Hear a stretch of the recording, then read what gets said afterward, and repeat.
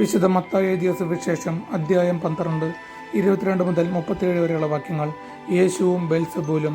അനന്തരം അന്ധനും ഓമനുമായ ഒരു പിശാചു ബാധിതനെ അവർ യേശുവിൻ്റെ അടുത്ത് കൊണ്ടുവന്നു. യേശു അവനെ സുഖപ്പെടുത്തി. അവൻ സംസാരിക്കുകയും കാണുകയും ചെയ്തു. ജനക്കൂട്ടം മുഴുവൻ അത്ഭുതപ്പെട്ടു പറഞ്ഞു, ഇവനായിരിക്കുമോ ദാവീദിന്റെ പുത്രൻ? എന്നാൽ ഇത് കേട്ടപ്പോൾ ഫരിസയർ പറഞ്ഞു, ഇവൻ പിശാചുകളുടെ തലവനായ ബെൽസെബൂലിനെ കൊണ്ട് തന്നെയാണ് പിശാചുക്കളെ ബഹിഷ്കരിക്കുന്നത്. അവരുടെ വിചാരങ്ങൾ മനസ്സിലാക്കിയ യേശു അവരോട് പറഞ്ഞു, അന്തചിത്രമുള്ള ഏതു രാജ്യവും നശിച്ചു പോകും. അന്തചിത്രമുള്ള നഗരമോ ഭവനമോ നിലനിൽക്കുകയില്ല. സാത്താൻ സാത്താനെ ബഹിഷ്കരിക്കുന്നെങ്കിൽ അവൻ തനിക്കെതിരായി തന്നെ ഭിന്നിക്കുകയാണ്. ആ സ്ഥിതിക്ക് അവന്റെ രാജ്യം എങ്ങനെ നിലനിൽക്കും? ബെൽസെബൂലിനെ കൊണ്ടാണ് ഞാൻ പിശാചുക്കളെ ബഹിഷ്കരിക്കുന്നതെങ്കിൽ നിങ്ങളുടെ പുത്രന്മാർ ആരെ കൊണ്ടാണ് അവയെ ബഹിഷ്കരിക്കുന്നത്? അതുകൊണ്ട് അവർ നിങ്ങളുടെ വിധികർത്താക്കളായിരിക്കും. എന്നാൽ ദൈവാത്മാവിനെ കൊണ്ടാണ് ഞാൻ പിശാചുക്കളെ ബഹിഷ്കരിക്കുന്നതെങ്കിൽ ദൈവരാജ്യം നിങ്ങളിൽ വന്നു കഴിഞ്ഞിരിക്കുന്നു.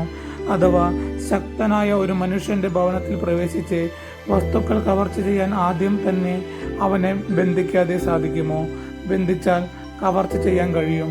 എന്നോട് കൂടെ അല്ലാത്തവൻ എൻ്റെ എതിരാളിയാണ്.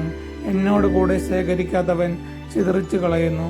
അതുകൊണ്ട് ഞാൻ നിങ്ങളോട് പറയുന്നു, മനുഷ്യന്റെ എല്ലാ പാപവും ദൈവദൂഷണവും ക്ഷമിക്കപ്പെടും, എന്നാൽ ആത്മാവിനെതിരായ ദൂഷണം ക്ഷമിക്കപ്പെടുകയില്ല. മനുഷ്യപുത്രനെതിരായി ആരെങ്കിലും ഒരു വാക്ക് പറഞ്ഞാൽ അത് ക്ഷമിക്കപ്പെടും, എന്നാൽ പരിശുദ്ധാത്മാവിനെതിരായി ആരെങ്കിലും സംസാരിച്ചാൽ ഈ യുഗത്തിലോ വരാനിരിക്കുന്ന യുഗത്തിലോ ക്ഷമിക്കപ്പെടുകയില്ല.